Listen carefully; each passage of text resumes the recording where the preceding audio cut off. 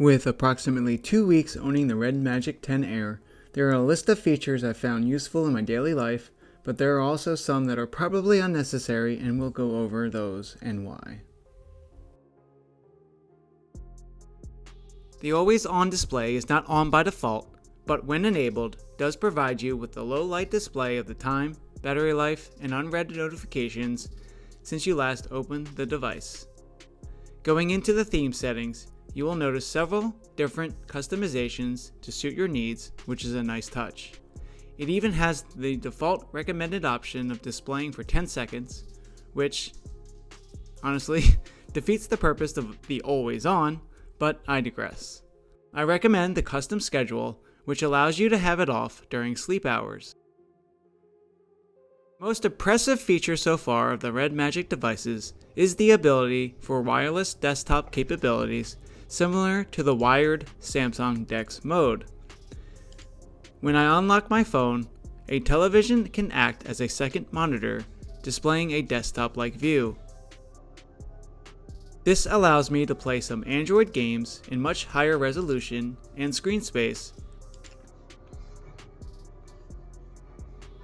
However, this does take some time to configure and does have some drawbacks, which I go over in another video.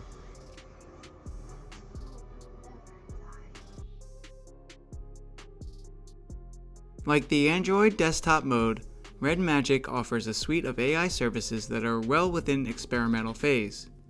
One useful feature was the dialogue translation.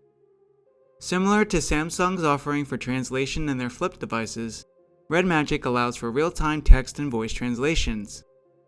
This helps bridge the gap between unique languages, allowing for more engaging conversations while traveling abroad. In this example, I chose English, then the language to translate to, which in this case is Thai. Just type what you want translated, or you can use the speech to text. How is the weather today? As you can see here, it immediately pops up with the translation in Thai with a voice icon. สภาพอากาศวันนี้เป็นอย่างไร You can also lay the device flat in your hand or on a table and provide half the screen to another person so they can see the conversation themselves in a language familiar to them. They also have the ability to return messages. What are we having for dinner later? เราจะทานอะไรเป็นอาหารเย็นในภายหลัง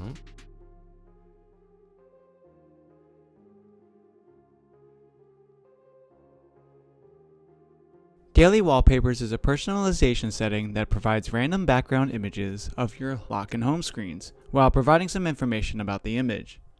This is one feature that could consume broadband data the more you use the device, so it's probably not recommended for people like myself without unlimited data plans.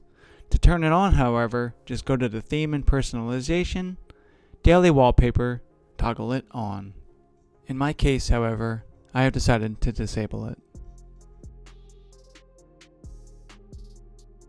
Extended RAM is a software option that utilizes ROM storage for additional RAM usage. This feature is automatically enabled out of the box. While this may seem useful in certain circumstances, there are some drawbacks.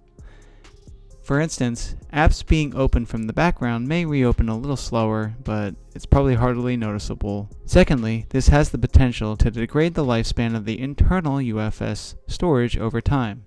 Since the 12 gigabytes of physical RAM is double what I had in my iPhone 14 Plus, I don't see any personal use cases to utilize this feature. To turn it off, just access the About Phone settings and look for Extended RAM. It does require a reboot to complete the action. The Smart Sidebar is another feature offered through Redmagic's experimental AI features.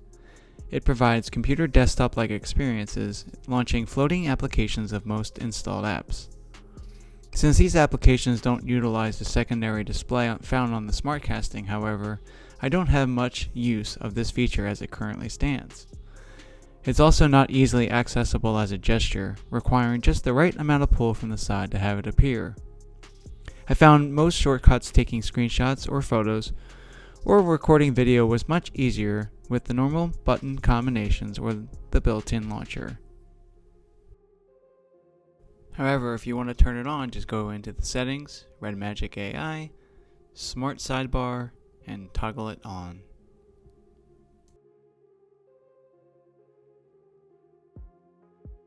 The board, the swipe right panel offering news articles and step counting, is an option I had turned off almost immediately. It provides several news articles without a paywall, unlike my Apple 14 Plus. However, several of them are just advertisements disguised as real news. I also found the news categories were not customizable and probably unappealing to most users. But hey, I'm just one person with an opinion. In the end, I just disabled the board altogether, downloaded a popular news journal app, and imported its widget into the far right page of the home launcher. Problem solved. I'll figure out how to count my steps later.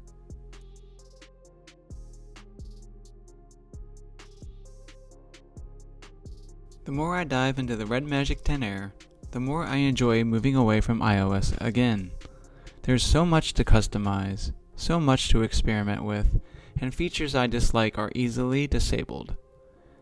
Speaking of experimentation, I will be discussing the wireless desktop mode more in depth in my next video. Thank you so very much for watching. Bill out.